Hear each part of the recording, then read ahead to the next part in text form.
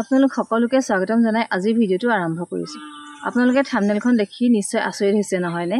সেই ফটোখন আচলতে মই ইচ্ছা কৰি মৰা নাছিলোঁ। সেই ফটোখন উঠি গৈছিলে সেইদৰে, আৰু সেই ফটোখন মই ফেচবুকত দিওঁতেও সকলোৱে আচৰিত হৈছে, কিয় বা দিব লাগে। আচলতে সেইটো কথা নহয়, ভগৱানে কৰা দি কৰি দিয়ে কিছুমান কাম।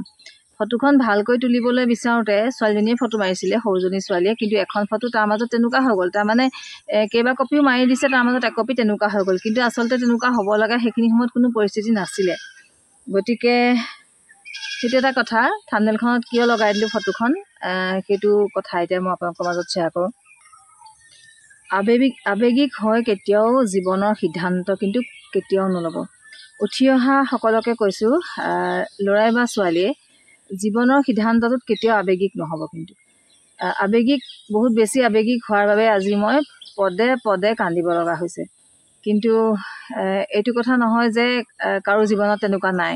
অৱশ্যে বহুতে সেইদৰে কয় যে কিছুমানে কৈ নিদিয়ে, সকলোৰে হয়, কিছুমানে লুকুৱাই ৰাখে। কিন্তু সেই যে লুকুৱাই ৰাখোঁতে মানুহগৰাকী কেনেকুৱা ধৰণে ভিতৰি ভুগি থাকিব লাগিব চিন্তা কৰিব। এইদৰে খোলাকৈ এষাৰ কথা ক'ব নোৱাৰে, সন্মানৰ কথা আছে, নকয়, নহয় জানো?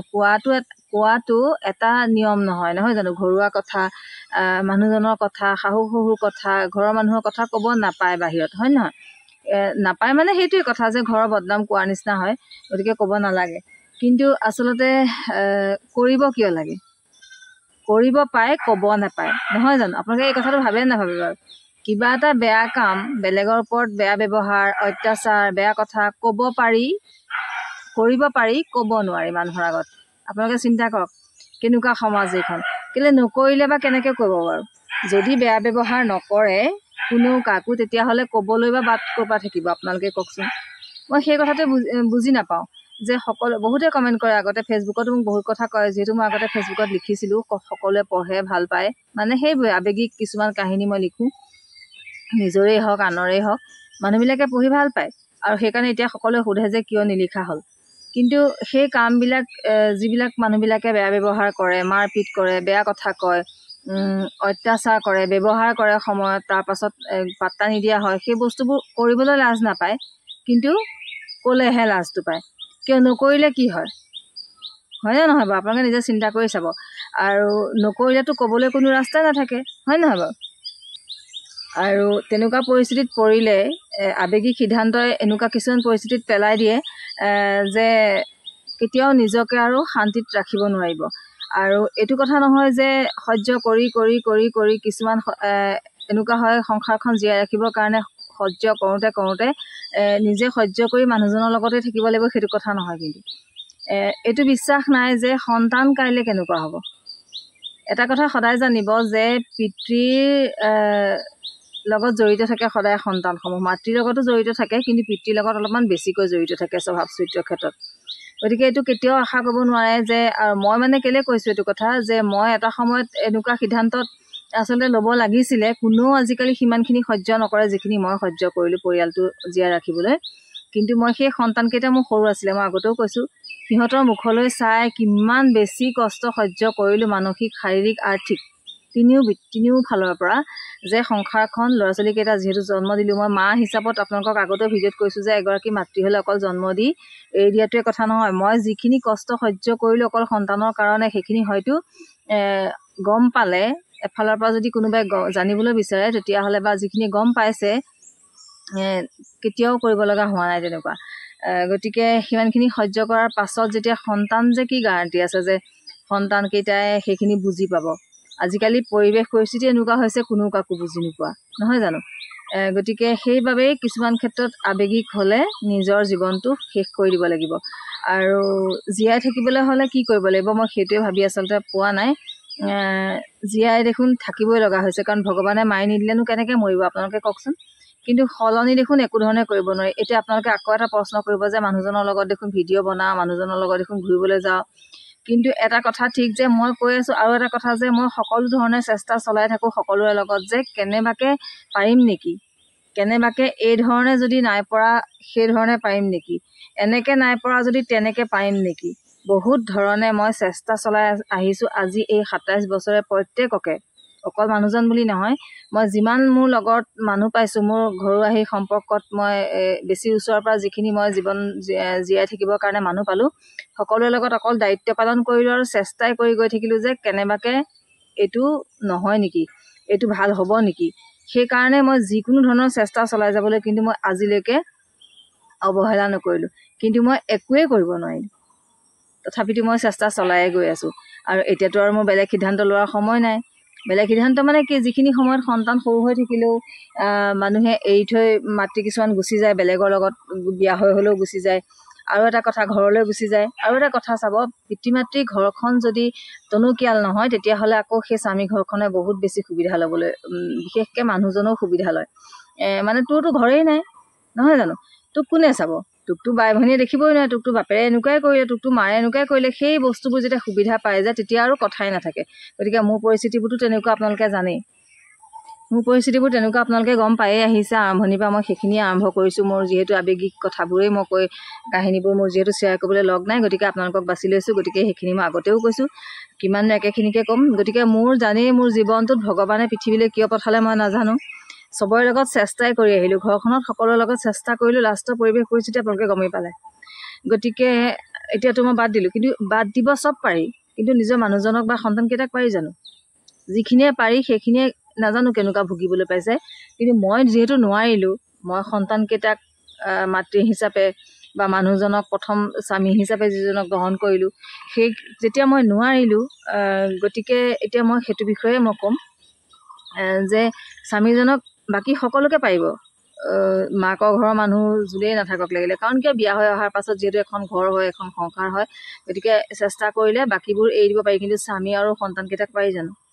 সেই পৰাসকলে বাৰু পাৰিছে, কিন্তু মই যিহেতু নকৰিলোঁ সেইটো কাম, গতিকে মই নোৱাৰিলোঁ। আৰু এতিয়া কি কৰিম বাৰু আপোনালোকে কওকচোন? কোনো ধৰণে যেতিয়া চেষ্টা কৰি পোৱা নাই। মই কেতিয়াবা সকলোৱে এতিয়া হনুমান সংকল্প লোৱা বিষয় লৈ বা চালিচা লৈ পেলাই প্ৰশ্ন কিছুমান সুধি থাকে, এতিয়াও প্ৰশ্ন কৰে, এতিয়াও কিছুমান কমেণ্টত মই উত্তৰ দি থাকোঁ। কিন্তু মই এতিয়া ভগৱানক বাৰু কি বুলি খং কৰিম? ভগৱানৰ ওচৰত চাওকচোন মই কি ধৰণে জড়িত। হনুমানজীৰ ওচৰতো নতুনকৈ কিমান বেছিকৈ মই থাকোঁ। মোৰ লগ সংগ বুলি মই ভগৱানকে ভাবোঁ আৰু আপোনালোকক ভাবোঁ। আৰু মোৰ কোনো নাই বুলি ভাবোঁ, সেইটো আজিৰ কথা নহয়। এতিয়া হয়তো আপোনালোকে ভাবিব পাৰে কোনোবাই যে কালি চাগে কিবা লাগিলে চাগে, সেইকাৰণে আজি এনেকৈ কৈছে।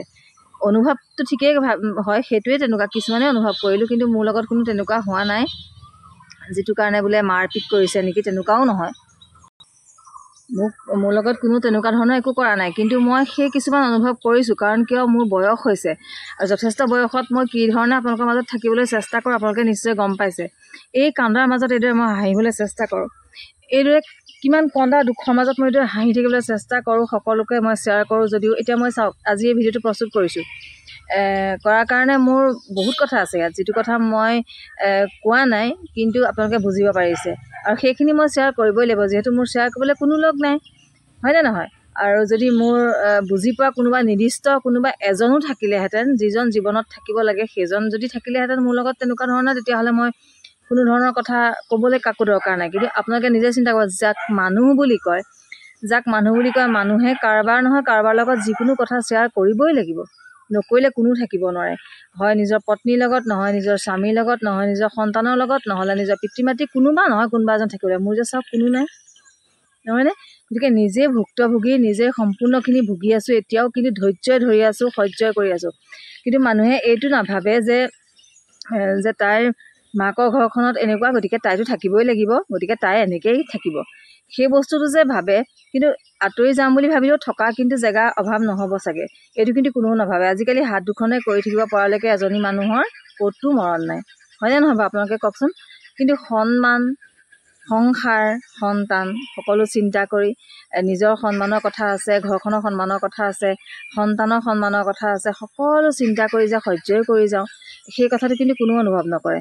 মাত্ৰ এনেকৈহে ভাবিব, সাহস নাই কৰিবলৈ, আমাৰ ভয়ৰ কোবত মানুহটো সুদা নহয়, মানুহটোৱে আকৌ দিব লাগিব নহয়, সেইটো মানুহৰ গুৰিত পাৰিব লাগিব নহয়, মানে এনেকুৱা ধৰণৰ নোৱাৰে কাৰণেহে নাই কৰা বেয়া কামটো।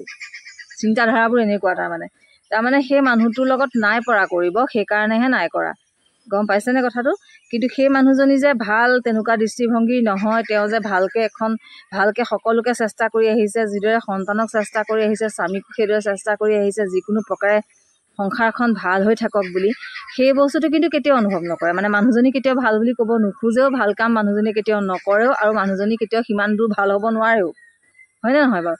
গতিকে চাওক, মই কান্দিছোঁ হাঁহিছোঁ আজি আপোনালোকৰ ওচৰতেই, গতিকে বেয়া নাপাব। কিন্তু মই আকৌ কৈছোঁ, মই সেইবাবে মোৰ ছোৱালীকেইজনী লগৰ ছোৱালী বিয়া হৈ গৈ সন্তান সহ হ'ল, কিন্তু মই সিহঁতকেইজনীক কেতিয়াও আজিলৈকে জোৰ দিয়া নাই যে তহঁতি কিয় বিয়া হোৱা নাই, বিয়া হৈ যাব লাগে, সময় হ'ল বা বয়স হ'ল দিব। কিয় নকৰোঁ? কাৰণ নিজৰ জীৱনত মই যিখিনি ভুগিছোঁ, আৰু কৈছে পিতৃ মাতৃ যদি টনকিয়াল নহয়, কাইলৈ মোৰ সন্তানৰ ক্ষেত্ৰত বিয়া দিয়াৰ পাছত ভগৱানে নকৰক কিবা এটা হ'লে মই কেতিয়াও ঘূৰাই আনি ৰাখিব নোৱাৰিম। গতিকে সিহঁতি যেতিয়া নিজৰ মনৰ খুচিমত বিয়া হ'বলৈ বিচাৰিব, তেতিয়াহে মই সিহঁতক বিয়া হ'বলৈ কৈছোঁ। গতিকে সেইদৰে আপোনালোককো মই অনুৰোধ জনাইছোঁ, জীৱকক মই অনুৰোধ জনাইছোঁ এটা কথাই, যে জীৱন সংগীজন সদায় কিন্তু চিন্তা কৰিহে চাই চিতিহে বিয়া সোমাব। আৰু স্বামী মানে পুৰুষৰ ক্ষেত্ৰতে হওক বা ল'ৰাৰ ক্ষেত্ৰতে হওক বা ছোৱালীৰ ক্ষেত্ৰতে হওক, বহুত চিন্তা কৰি কিন্তু মানে পিছত ভুগি থকাতকৈ, আজিকালি যিহেতু কোনেও ইনকাম এটা নকৰাকৈ, হাত খৰচ নোলোৱাকৈ কোনেও নাথাকে, গতিকে সমাজে কি ক'ব, কিয় ইমান দেৰিলৈকে বিয়া হোৱা নাই, কিয় ইমান এই ল'ৰাটোৱে বিয়া কৰোৱা নাই, সেই সমাজৰ কথা চিন্তা কৰিলে সমাজে নোখোৱায়। সমাজে কোনো ঠিক কৰি নিদিয়ে, কিন্তু চকু মুদা কুলিৰ দৰে চাই থাকিব, দূৰৰ পৰা খুব ৰং ৰহইচ কৰি থাকিব। গতিকে সেই সমাজৰ নিয়ম মতে যিটো বান্ধোন আছে, যিটো কৰিব নালাগে, সেইটোহে সমাজৰ ক্ষেত্ৰত মানিব লাগে। আৰু যিবিলাক ৰং চাই থাকি ভাল পায়, দূৰৰ পৰা এনেকৈ চাই থাকিব, হাঁহি থাকিব, ভালেই হৈছে বুলি ক'ব, সেই কথাবিলাকত কিন্তু বয়স হৈ গৈছে, ৰৈ আছে, বিয়া হোৱা নাই বা ছোৱালী পোৱা নাই, সেইবিলাকত কিন্তু কেতিয়াও গুৰুত্ব নিদিব। নিজৰ জীৱন সংগীজন বা জীৱন সংগীগৰাকী খুব সুন্দৰভাৱে বুজি নোপোৱাকৈ কিন্তু সংসাৰ কৰিলে ভৱিষ্যত নিজৰ জীৱনটোত ধ্বংসহে কৰা হ'ব। গতিকে ক'লোঁ আৰু আজি আপোনালোকে কি বুলি লয় ভিডিঅ'টো মই নাজানো। মই আচলতে সকলোকে আৱেগিক কথা কিছুমান কওঁ, নিজৰ ক্ষেত্ৰতে কওঁ। গতিকে আজিলৈ আহোঁ, কোনো এটা নতুন ভিডিঅ'ৰ সৈতে আপোনালোকৰ মাজলৈ আহি আছোঁ। Bye bye.